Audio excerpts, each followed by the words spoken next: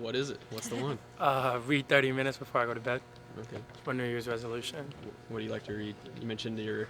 Right now I'm reading Chris Herron's book. I've heard him talk before, and so far the first couple of chapters are really good.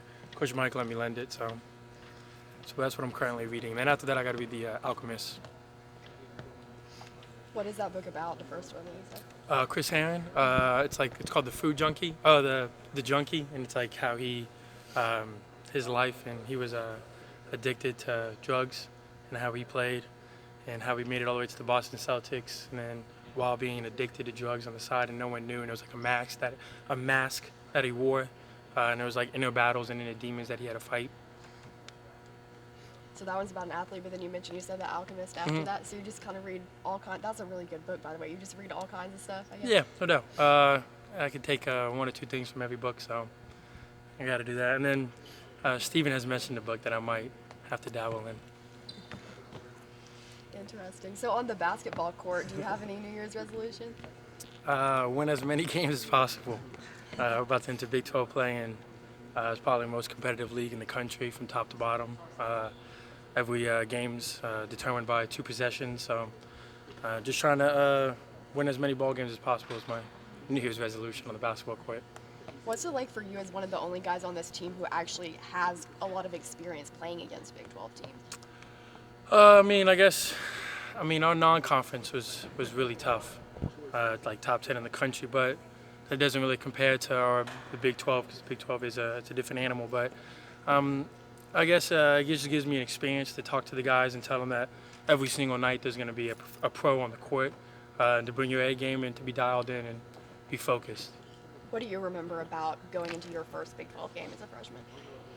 Ooh, who we play? West Virginia, I think.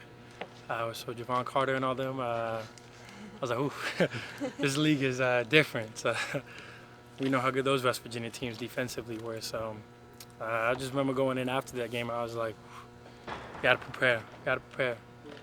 You mentioned the non-conference schedule. Do you feel like that really did prepare you guys and your young guys especially for what they're about to see? Absolutely. I mean, you can only prepare so much for the Big 12.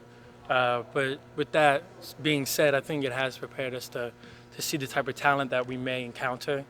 We played some pretty top-tier teams. So I think it'll give them a sort of a light to what is to come. We didn't play too many pushover teams, and nobody in the Big 12 is a pushover team. Every team's capable of winning on any given night with anybody. How tough does that make it that there are no, you can't circle a game and be like, okay, that's a bit of a breather, that every game is going to be a challenge? It's exciting. We don't come to Oklahoma State to not play against these teams. That's why the coaches are in the locker room. That's why they came here, and that's why the players came here, and that's why recruits commit here. You want to come to Oklahoma State to play in those type of games. So we're amped and we're ready to go. Looking at Iowa State, what kind of challenges do they present to you? Or do they remind you of any team that you've already faced this season?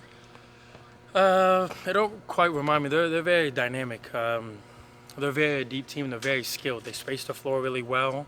They're very unselfish with one another, and they're a really tough ball club. They're skilled 1 through 5, and we're gonna have to play really well to beat them. How much easier does it make your job having Curtis back, having Michael Weathers on the floor? How did those two being on the court change your dynamic? It just opened the floor up for me. Teams that know them, they're on the scout.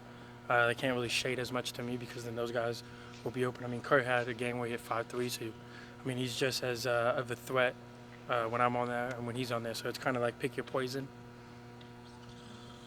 What is the energy level like among these new players, the freshmen and the guys who are going into their first Big 12 game? They're ready. They're hungry.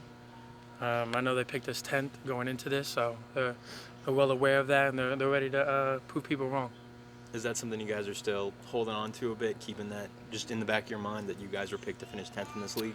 I don't know if it's in the back of our mind, but it is something that it is said. We're not really worried about it.